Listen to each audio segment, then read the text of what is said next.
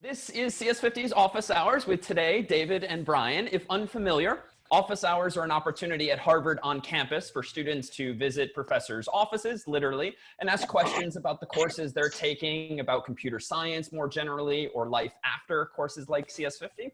So we thought we would try to do the same here on the internet, especially while everyone is home. We do hope that everyone is doing well and is feeling healthy, and family and friends too.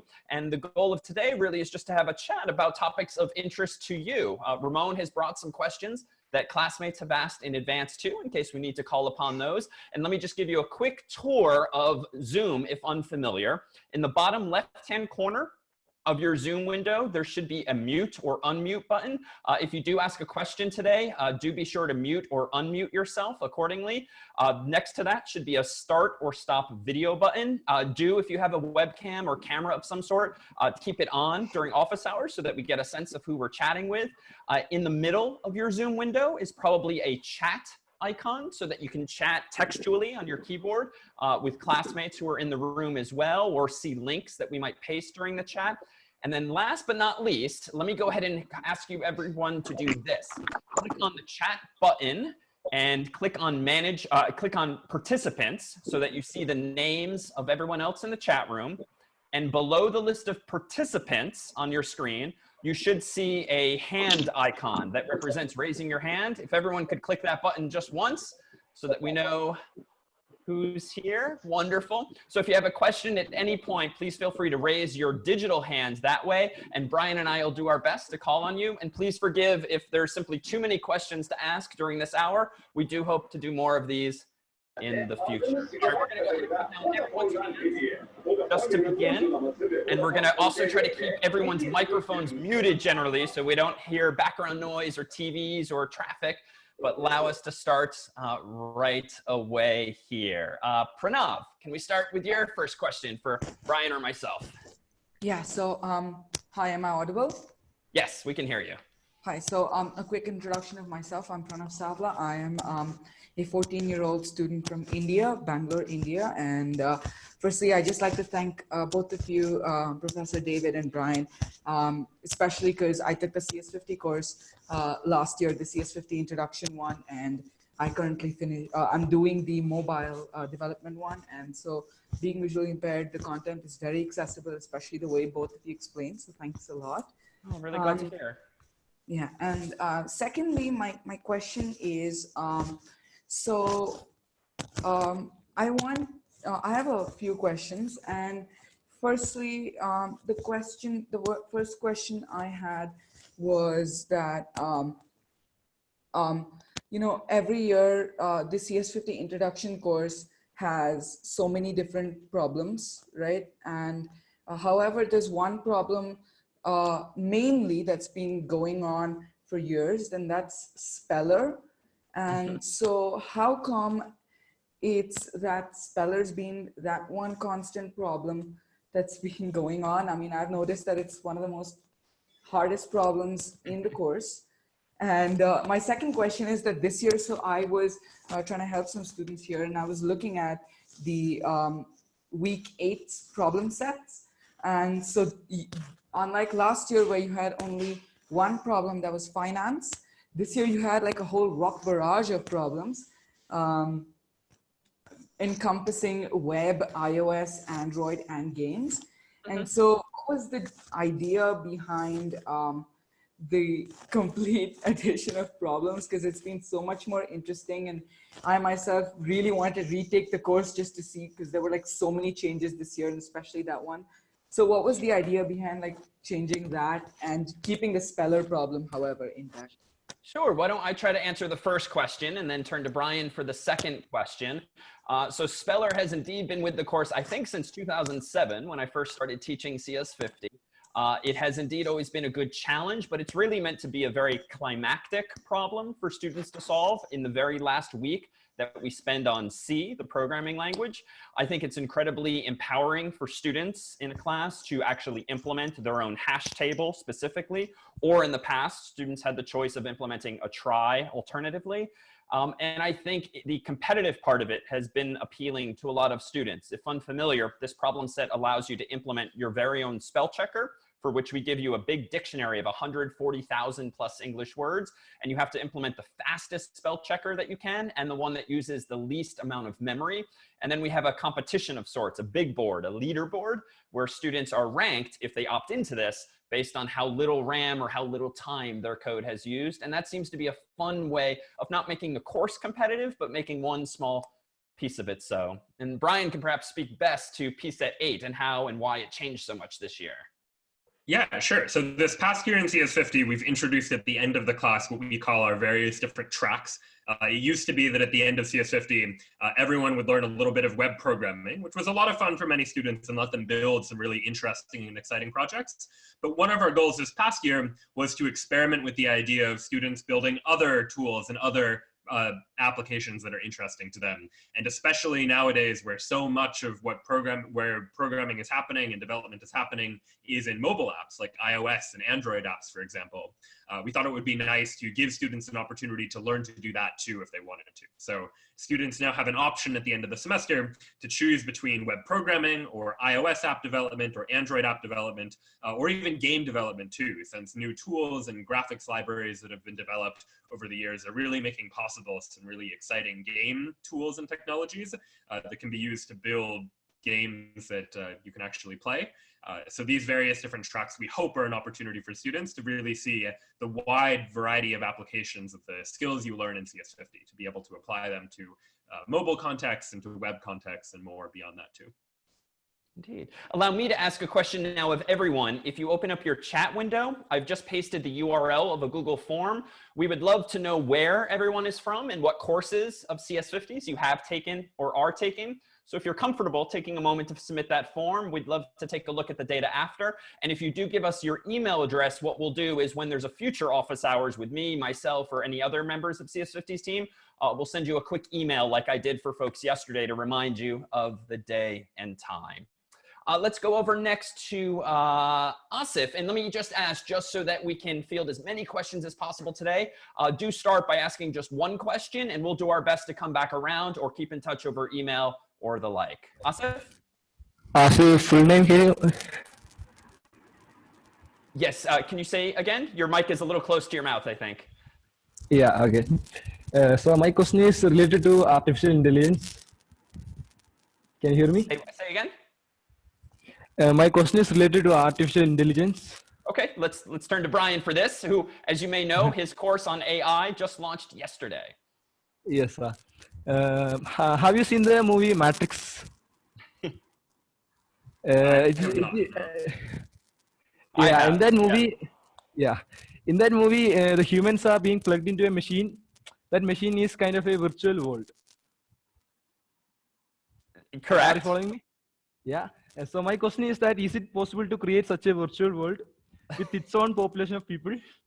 In that movie, we are actually plugging in real people, but I mean creating virtual people with their own behaviors, their own characters, a whole world by our own programming skills. Is it really possible? Okay, I think I misheard your question the first time. I actually have seen that movie now that you mention it.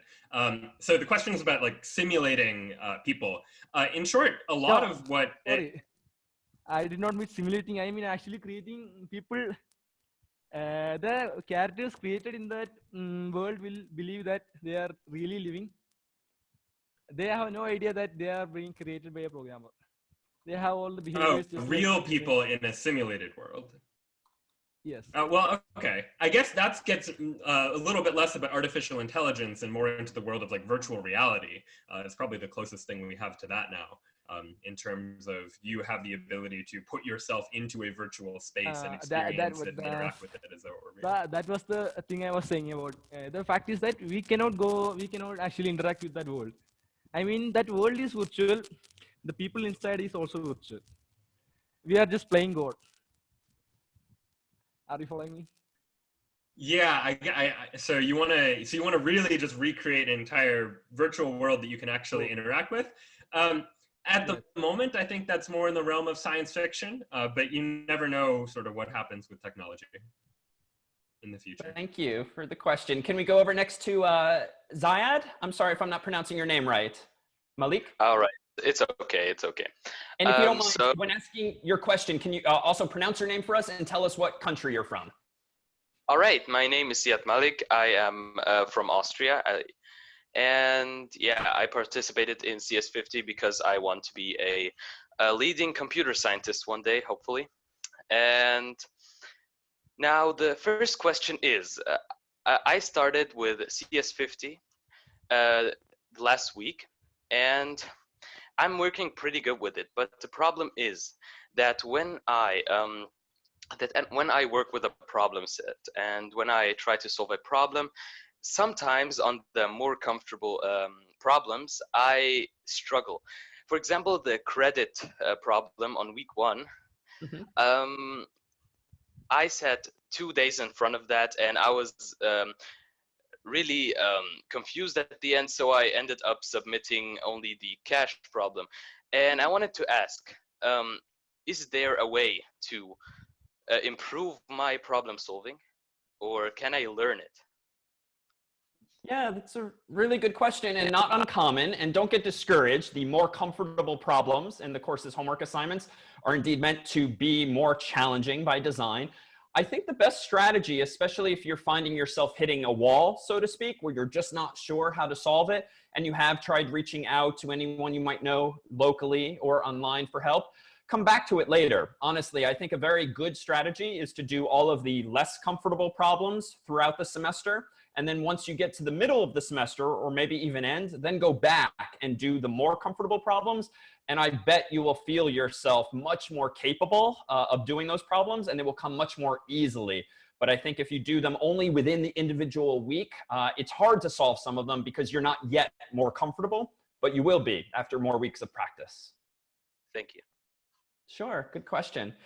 Can we go over next to Shokiz? I'm so sorry, I'm not going to be able to pronounce this correctly, but I think you see me going there. Do you want to pronounce your name for us? Shokiz Jakan? Just remember to unmute yourself. Oh, still muted. Hi. Hello. Actually, someone. Oh, there we Hello. go. Go ahead. Yes. Hello. My name is Shoki Jahan. Shoki Jahan. Yes. And where are you from? Jahan. Jahan. Where are you from? I am from Uzbekistan. That's Central Asia. Wonderful. What's your question? My question related to also again improvement. That's there is a lacking of idea or logical thinking in my mind to when I solving any problems related to maybe algorithmic questions, and just I'm going to solve any problems related to maybe or sorting or such kind of arrays and graphs, and I want to solve any problems, you know, related to algorithmic. Maybe it doesn't matter what kind of resources or advice you recommend me to improve my logical thinking. Sure, it's a very good question and very broadly applicable to computer science in general. I think I have 2 pieces of advice to give there. Piece of advice number 1 is when you're tackling a big algorithmic challenge, it's often easiest to start by thinking about what are the smaller stepping stones I can try and get to first along the way. In other words, try and break down a bigger problem into smaller problems. So Ziad, for instance, was earlier talking about problem set 1 credit, where you're trying to figure out what kind of credit card number, what credit card company produced a particular credit card number. And that's a bigger challenge, but a smaller challenge you might start with is, okay, given a credit card number, figure out what the first 2 digits of the credit card number are, for example. And that might be a smaller problem that's a little bit easier to tackle, a little bit easier to reason about. And by breaking the bigger problem down into smaller problems that are easier to tackle, you can hopefully build your way up to the answer to the bigger problem. And the other strategy, I think, is just more longer term, and it's about just getting practice with solving more problems. The more problems you try and practice solving, the better equipped you'll feel to deal with more problems in the future, because you'll start to notice patterns. You'll start to realize that this problem you're trying to solve now is very similar or has some things in common with a problem you've already solved before, and that might guide you towards figuring out what tools or algorithms or strategies you might use for solving your current problem now. And I imagine you mean computing problems specifically, but it's perhaps timely you asked today. I've just pasted into the chat window the URL of CS50's annual CS50X Puzzle Day.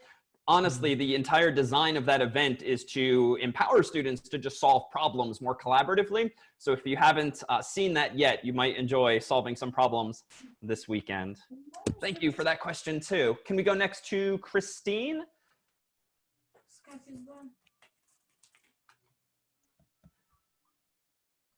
Next question. Yeah, from Christine. I think she's unmuting her mic. Yes. Hi, everyone. Yes, I'm Christine, and I'm from Dubai. So my question is, so I took communication in university, back in the university, but I had my minor elective, and I was supposed to go through the computer science route.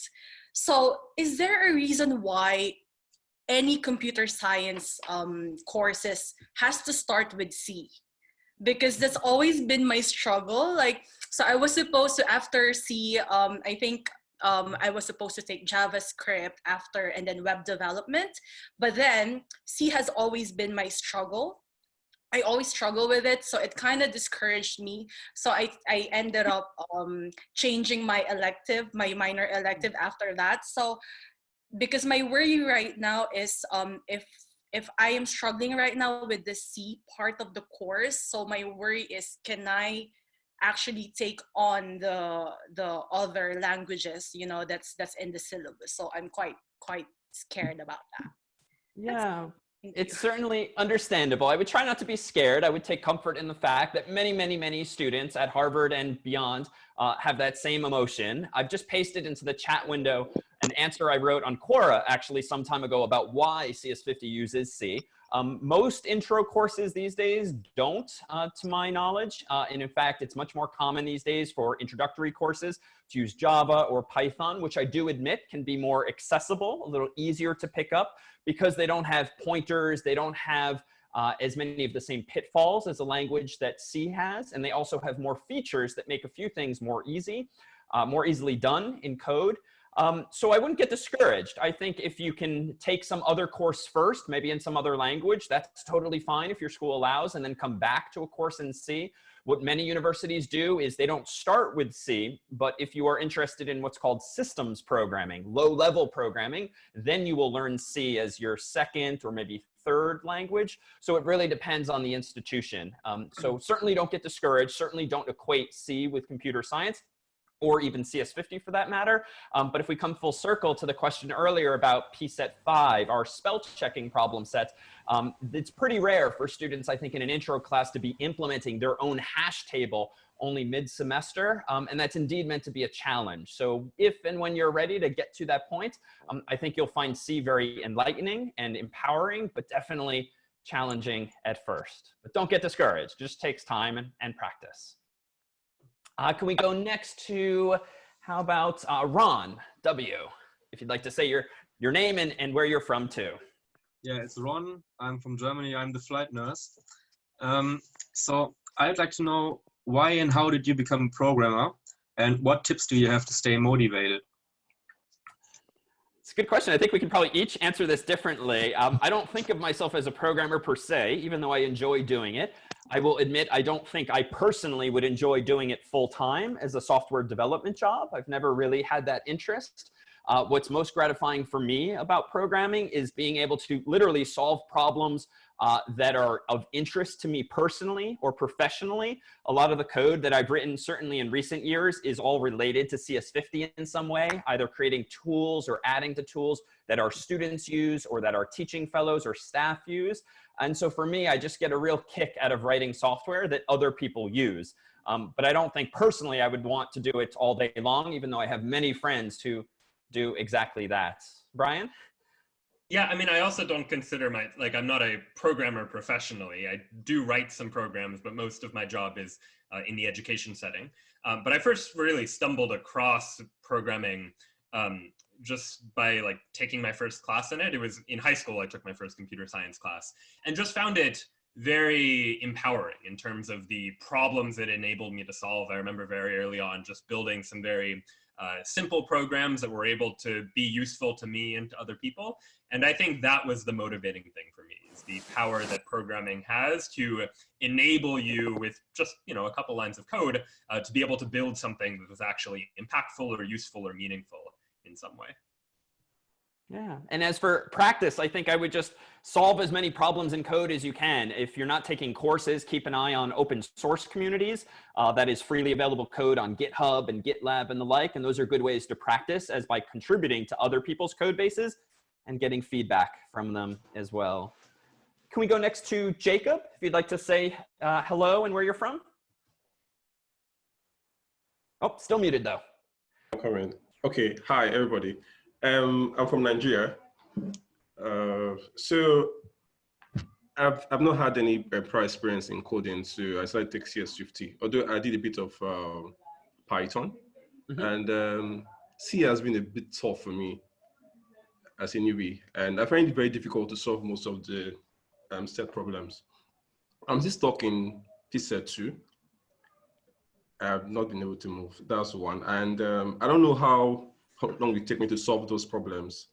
And secondly, I'm still thinking if I should go into web development or AI, machine learning, data science, but I'm not too sure. So how do I, decide on what to do?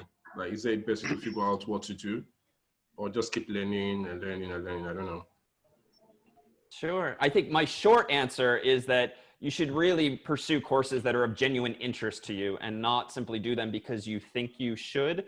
Generally speaking, the advice we give students here, at least, is that once you've taken 2 rigorous courses in software, whether it's CS50 in some other class or 2 different courses altogether, generally speaking, after learning a bit of procedural programming, which CS50 teaches, and functional programming, which other classes teach, or object-oriented programming, once you have a breadth of background, you really are able to then start taking on part-time opportunities in programming, maybe even full-time entry-level positions. But a common next step too is data structures and algorithms. As for web and AI, let me turn to Brian, because he happens to teach CS50's own versions of those 2 options. Okay. Thank you. Yeah, so there, certainly if you're interested in web programming or artificial intelligence, we do offer courses about that too. I'll go ahead and paste the links for both of those in the chat for anyone who is interested in those. There's the AI class and the web programming class as well. And those are really just meant to serve as introductions to the field of artificial intelligence and web programming. So if you'd like, you can take a look at those lectures there to get a sense for what AI is all about and to get an opportunity to write some AI programs of your own. The goal of both of the classes is really to provide that sort of introduction so that if you are interested in pursuing either of them in the future, you'll have some projects under your belt, you'll have some foundational knowledge to then go forth and work on your own projects as well. And this is such a common question, honestly, because it feels there, there's an infinite number of courses out there you can take either in universities or for free these days. And it's not clear at what point you should stop. But honestly, I think once you've taken a few courses, it really is time to leave the nest, so to speak, just like a baby bird would, and start to fend for yourself and say yes to some project or say yes to some opportunity that scares you a little bit. And you might not even be sure how you're going to do it.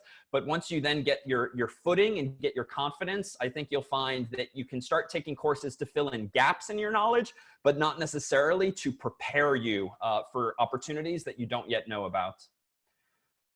Thank you for that question. Can we go next to Nadia? Hi, sure. Thank you. So my name is Nadia. I'm from Ukraine, from Kiev. And thank you for the upcoming puzzle day. I'm really excited. It's the 2nd year of mine. And I was really bad last year, hoping for something better. So I just actually found myself, I completed the CS50 first introductory course last year. And I was really excited about it. And I found myself really worried that I lacked some theory. And what I did, I bought some theory books, downloaded them, started reading, and I did not really find like quite of a value in those because I could not fit all the information into my brain. So how do you think, so after completing the CS50 course, what would be the best way for the student who, I'm not from the computer science, I did not have the computer science degree, I'm a teacher. What it would be the best thing to start different other courses on computer science, maybe to do some logic tasks or go to the lead code or actually fill in the gaps with the books on the theory. So how can we move after that? Yeah, let me paste one link that I often recommend. Some friends at Princeton teach this course here, which is freely available. I just pasted it into the chat window on Coursera. It's Princeton's Introduction to Algorithms, part 1, and there's also a part 2. That's a very common next step when you want to learn a bit more computing theory after taking one or more programming classes. More fundamental than that to computer science itself is this one. I'm going to go ahead and paste the link of a book on Amazon. This link might not work in all countries, but you should still be able to see the title there, by Michael Sipser, who's a professor at MIT. And the book is called Introduction to the Theory of Computation. This, for those unfamiliar, really gets to the heart of what computer science is and what is possible with computers. And I actually used that book when I was a student some time ago, and Harvard uses it now in their introductory course, or has over the years. And that's a good, pretty accessible book, but you would benefit certainly from doing some of the problems in the book or from a course. And Brian has taken more courses more recently who can perhaps speak even better to these options. You actually stole my recommendation there. I was also about to paste the Theory of Computation book by Michael Sipser.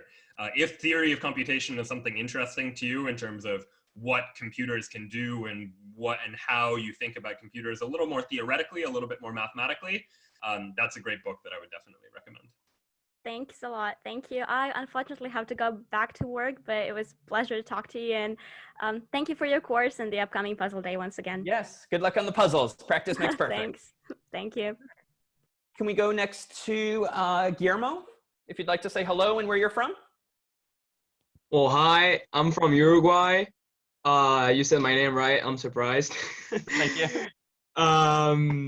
So basically my question is to you, David, I was thinking, you know how many people admire the way you explain your classes? And basically what I'm trying to say is that when you have to teach all these people, you know, when you have to teach us, people without experience or maybe like very experienced people, how do you find a balance to explain something like computer science to all of us? Like, what's the key element in teaching?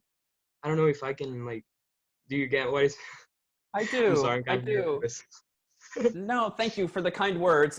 It's not easy, and I don't know if we do a great job all of the time, but I think the simple answer is empathy and remembering what it was like to not understand material yourself, and remembering what it was like to feel like everyone else in the room or in the class was smarter than you or knew better the material, and to try to put yourself into the shoes, so to speak, of that student to help them with a narrative, both verbally and in the course's homework assignments and slides and so forth, get from the starting line, so to speak, to the finish line without like letting go of their hand during that process. And I think it takes practice. I think it takes sensitization. For instance, even though this course CS50 happens to be taught to our college undergraduates at Harvard, I first got my start teaching in a lectureship role at Harvard's Extension School, which is a much broader demographic of students, young students, old students, everyone in between, who have gone or who have not gone to college. And so it was a much more diverse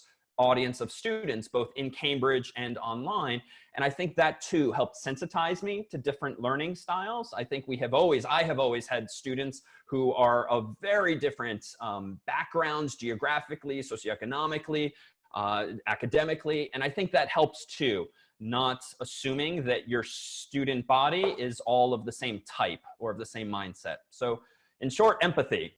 Hi, David. Yes, hello. I'm Brian. I'm from India.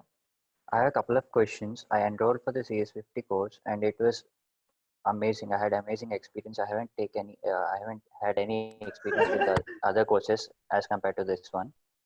And I was pretty much interested in the Harvard courses, so I searched on the Google and got some Harvard courses related to CS50 that were CS20 and CS124 for discrete mathematics and DSA. Have you any plans for showcasing them into EDX? Really good question. Let me turn to Brian too in part, because we've been talking about this quite a bit.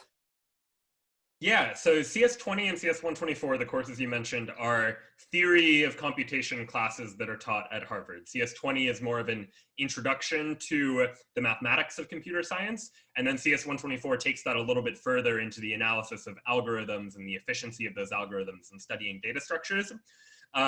So CS50 itself does not have a specific course that is about algorithms. But if you are looking to take similar courses, David earlier in the chat pasted a link to the Princeton Coursera algorithms class, which covers many of the same topics that CS124 does as well. And so that I would suggest as a class to potentially look at if you're interested in continuing to study algorithms as well. If you're also interested in algorithms, I can tell you the textbook that is used for CS124, the algorithms classes at Harvard, as well as other algorithms classes. It's this one that I just pasted here, Introduction to Algorithms by Corman, Leiserson, Rivest, and Stein, often abbreviated to just CLRS for the initials of the authors. That's quite a popular and famous book about algorithms and is very comprehensive. So if you're interested in studying and learning more about algorithms, I would definitely suggest that book as well. Hi, one more question. Sure, if you go ahead, Rahul. Are there any extra problem sets for related to the CS50? Are problem sets related to CS50? Yeah, apart from the CS50 problem sets. Oh, not per se, but if you go to this URL, which I will paste into the chat window, we have previous years of homework assignments. The problem sets have changed over time. And if you look at previous years, you'll see some older problem sets. They're not maintained as well anymore, though. So things like Check 50 might not work anymore, but they're there. All right. Thanks. Thank you. Sure. Can we next go to Sabir, if you'd like to say hello and where you're from? May I have a question? Let's go to Sabir first, if we could. Oh, it's still muted, though. There we go. Hello. Yeah. Hello. Hi, David. Hi, Brian. Nice to meet you. Okay, I am Sabir, currently in Turkey, but I'm from Nigeria. I'm studying in Turkey Federal University, studying Masters in Software Engineering. Wonderful. Okay, my question is, currently I'm doing a research on artificial intelligence, but actually some of the lecturers here are not there is this barrier of language. So most of them are not kind of good in English. So I need, what kind of book you will recommend me for me to learn artificial intelligence? And again, I kind of have interest in C programming language. And what increased that interest is you and Brian. The way you teach is kind of wonderful. I almost lost that passion, but when I saw the way you teach, it's kind of like encouraging. So what book can you also recommend me in terms of this C programming language, so that C programming language to learn more of it, like API and C programming language and so on? Thank you. Sure. Brian, do you want to start? Yeah, certainly. So thank you. I'm glad you're interested in artificial intelligence. Again, I think I posted this already, but yesterday we just launched a course about artificial intelligence. So if you're interested in an introduction to some of the ideas in artificial intelligence, that course we cover topics ranging from how you would solve various different types of search problems, to how AI can play games, to how AI can understand human language and translate languages, for example, as well as topics in machine learning like neural networks and other popular topics there too. So if that's something that you're interested in, that course is available as well. And I think you also asked about textbooks. The artificial intelligence textbook that I happen to really like, and the one that shares a lot in common with the course that we teach, is called Artificial Intelligence, A Modern Approach by Stuart Russell and Peter Norvig. And I've pasted the link to that book as well. So if you're interested in a textbook about artificial intelligence, that book is quite good. And if you're looking for more videos, we have videos and problems at the course on edX about artificial intelligence as well. And I'm not sure if you mentioned C also. I've just pasted into the chat window a link to a book called Hacker's Delight, which is a fun book on learning C at all the lower of a level, as well as algorithms more generally. Well, thank you for that question. Can we go next to Kaban, if I'm pronouncing it right? If you'd like to say hello and where you're from. Hi, I'm from the US. Wow, I did not expect that. First of all, I'd like to thank David and Brian. I finished CS50 recently. It was the best course I've ever taken. I noticed Brian released CS50 AI yesterday. I looked at the first lecture and I tried the prompt set. However, I noticed that when you try to download the distribution code, a lot of the code doesn't actually function on CS50 IDE. So I was wondering, after you finish CS50, what IDEs or what terminals do you recommend to move on? Sure, Brian, do you want to field that one? Yeah, so I'll start by just pointing out that for that very first problem in the AI course, you should be able to run the program. We distribute two data sets with that problem, a smaller data set and a bigger one. You should be able to get the smaller one working on the IDE. But for the big data set, and a lot of AI now is about analyzing big data, you're unfortunately a little bit constrained by the fact that the IDE is running in the internet and has a limited amount of memory available to you. So the big data set actually is too much memory than will actually fit in the IDE. And for that reason, it might be a good idea to start, we want to encourage students to start programming on their own computers as well. And so the way to get started with that is really just to start with a code text editor. And there are a whole bunch that are quite popular. Probably the most popular are the three that I'll paste into the chat now. There's Visual Studio Code developed by Microsoft.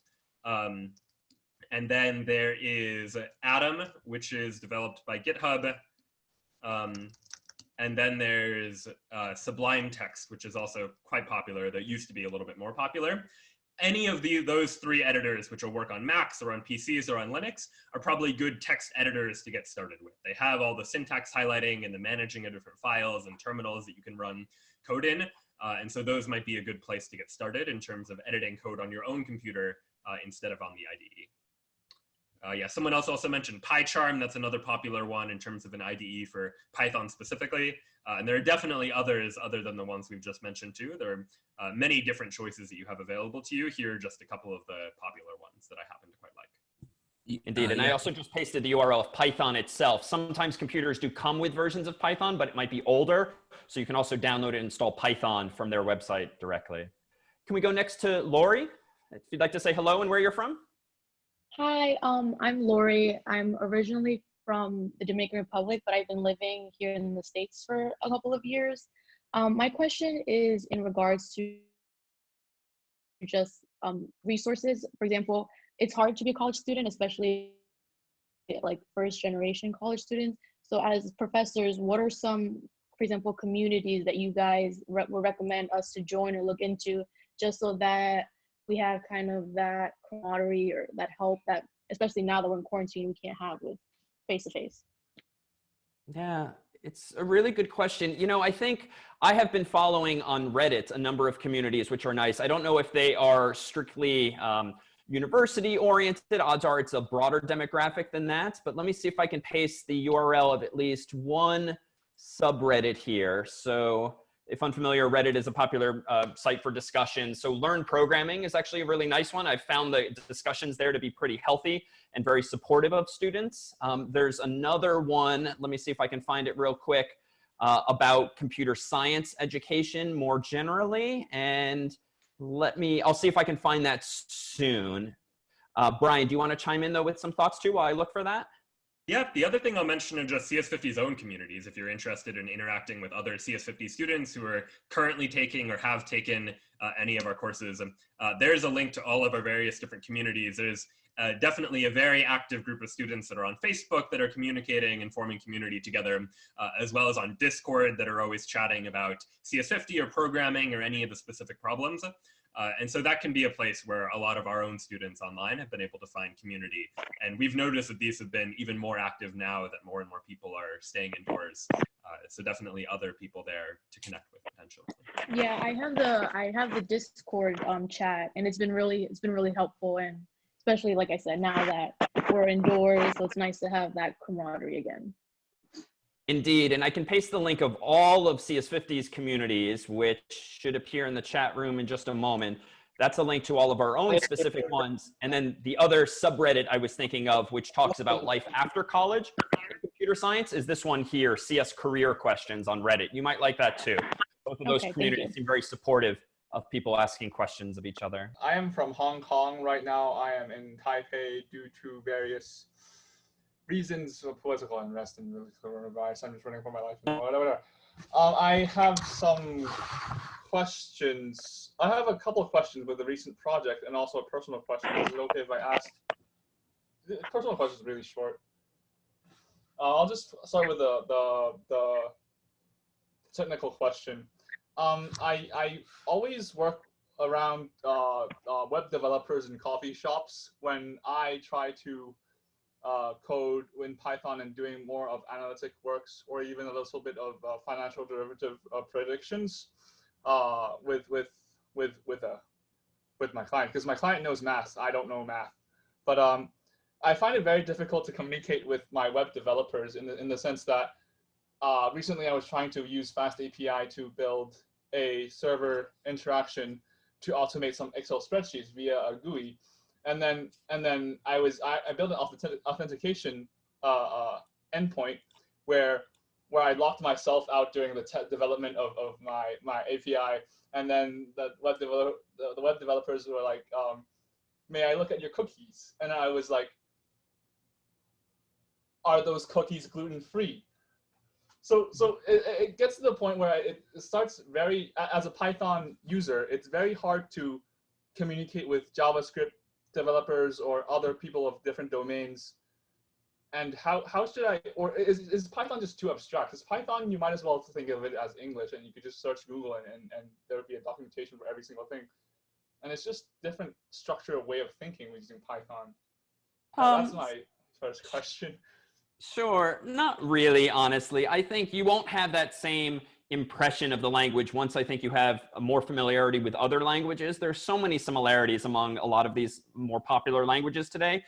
Python can be used procedurally. It can also be used partly functionally. Those are terms that I used earlier as well. And I think you'll find that each of these languages or environments or frameworks just has different ways of solving the same problems. Something like cookies has nothing to do with programming languages per se. It has only to do with HTTP, which is used by web browsers and web servers. So if you're feeling that way, I would try to just give yourself more exposure to other languages. Take a very short course or read one or more tutorials on JavaScript, read a little bit about C++ or C#.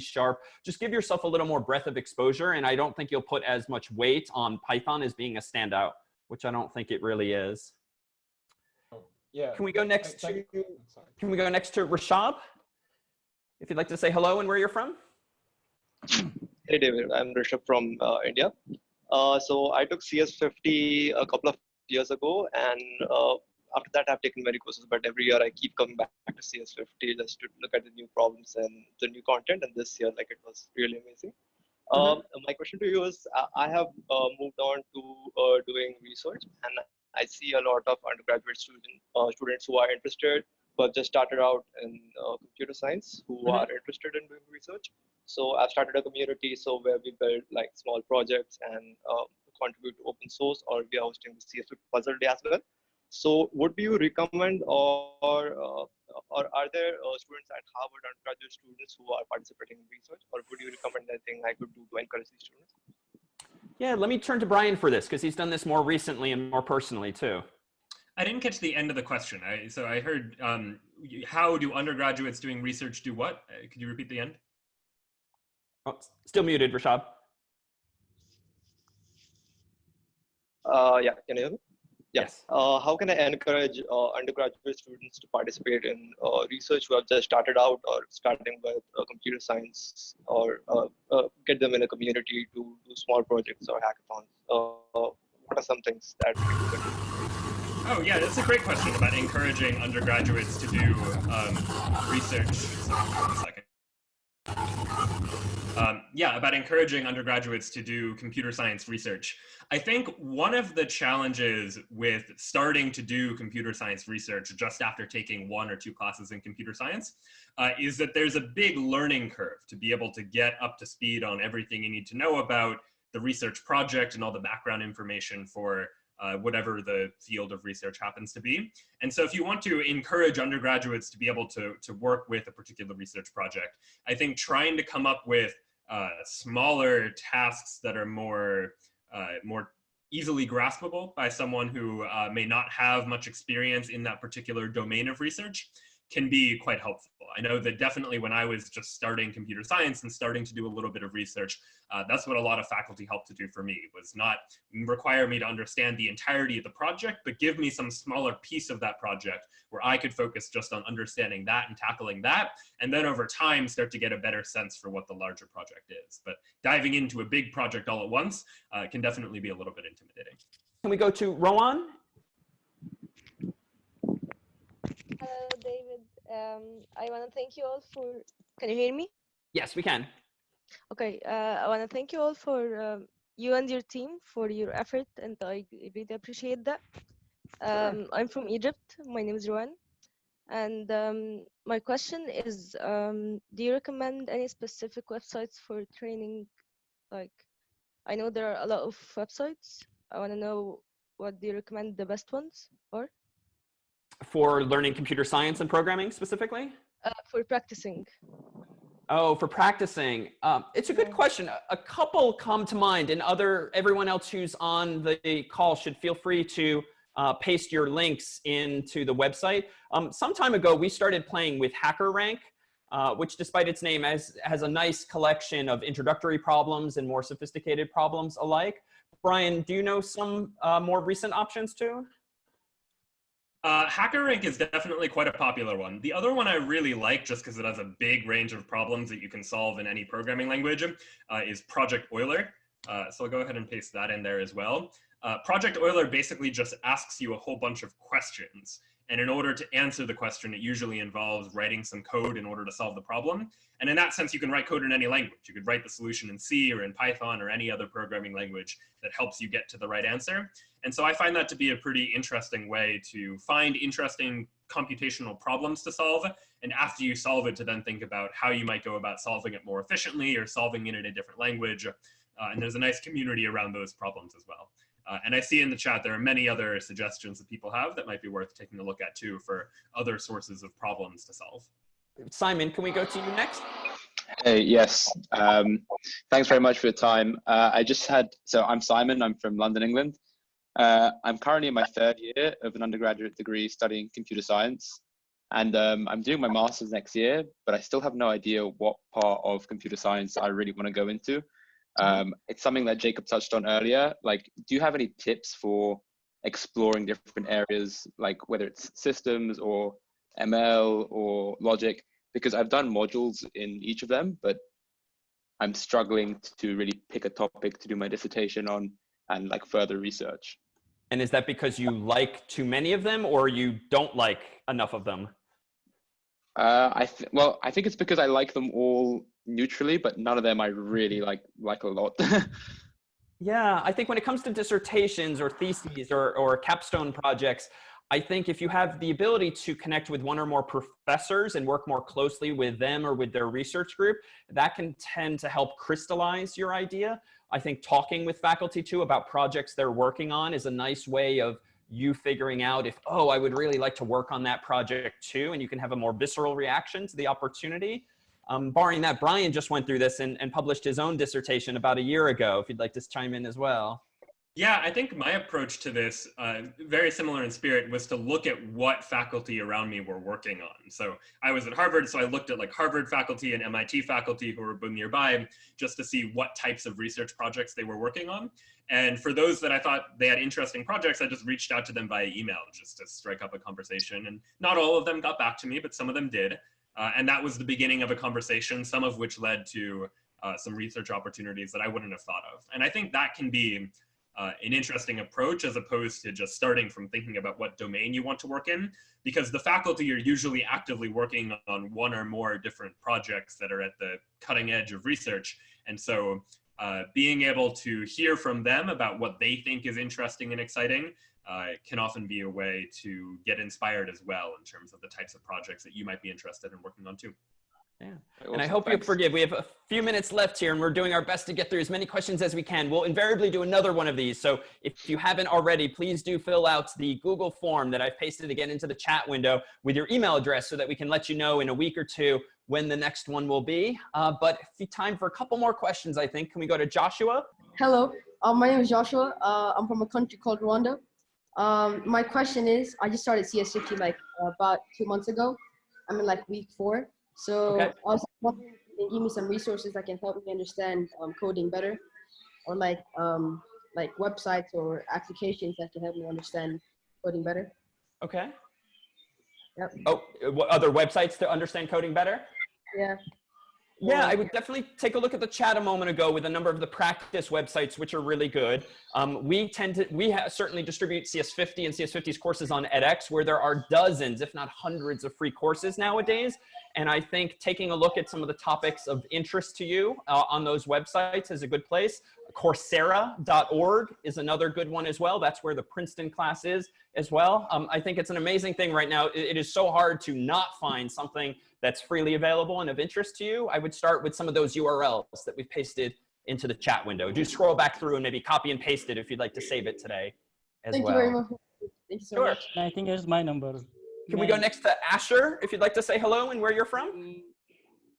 Hi, I'm from New York City. I am 15, and my question was, I've had some experience with coding, about a year, and I'm doing the tracks on CS50 now. How would you recommend getting started with projects? Are there any good websites where people put like offers out, or how would you go about doing that? Projects of final projects in particular of your own design? Either that, or let's say once we finish with CS50, just like, as you said, after you start learning, after you take a few courses, you want to do projects and then take courses to fill in the gaps. Like, where would you recommend finding those projects, or like finding people who want to do projects? I think there's certainly the freely available courses you can pursue and any number of the practice problems that people have been pasting into the chat window today. But more than that, I would encourage you to seek open source projects. And for instance, in CS50, especially in the Python portion of the class and the web portion of the class, you might recall that we used a number of packages or libraries, code that other people wrote. Flask is one of them, and we used a number of others. If you look in our requirements.txt files for a couple of the final problem sets, you'll see what other libraries we used for those homework assignments. And so that is to say, you've been using a number of free open source libraries of code already. Seek those out on GitHub, like Google the name of the library and the word GitHub to find its repository online to see if it's there. And then look on the issues tab on GitHub and GitLab and other sites. There's usually an issues tab or similar that shows you all of the missing features or bugs or problems with a library or an open source project. And one of the easiest ways to get started is to look through those issues and see if you can solve one of them. GitHub, for instance, even has labels that they use that will indicate for some repositories good first contribution or good first timer, something like that, relatively easier problems that you can figure out. And the upside of this is you learn how to read someone else's code, you learn how to collaborate with other people, you get feedback for free from really smart people who are working on that project as well. So try to find one or more open source projects, even if it's just one line of code to contribute. I think you'll get a big kick out of it. And I certainly have. I think it's the coolest thing when some popular open source tool has added even one line of code that I've contributed. Thank you so much. Hi, David, sir, and Brian. At first, I'd just like to thank you guys for doing a wonderful job with CS50 and how all the students are being able to benefit from your teachings. So I have two questions. One is a short one. So my first one, I'd like to start out with as a joke. As for your lecture 0 for Scratch, how many phone books did you tear in total by now? That's a good question. I've been teaching the class for 13 years now, so I've torn at least 13 of them in the very first lecture of the class, but I tend to use that demonstration elsewhere. So let's say it's maybe 100 at this point. Oh, still muted. If you'd like to unmute yourself again. Keshan? Okay. And my next question is for Brian regarding AI. So my question is, will there ever be a limit for AI to really understand the world? Yeah, this is a really good question, and one that nobody has a definitive answer. And the question is about like, how good could AI be at potentially understanding the world? And that starts to get into what we generally call artificial general intelligence, like a generally intelligent being that is comparable to human intelligence. And the answer is that people aren't really sure. We've been able to create AI to solve very small scale problems, like understand how to translate text from one language to another, or understand how to play chess better than any other chess player. But the problem of a general purpose intelligence that can learn the way humans do, that can adapt to new problems, that's something that doesn't currently exist, and people debate about what would happen if it ever did. A really good book, if you're interested in this type of thing, is a book called Superintelligence by Nick Bostrom. It's quite popular book on the subject.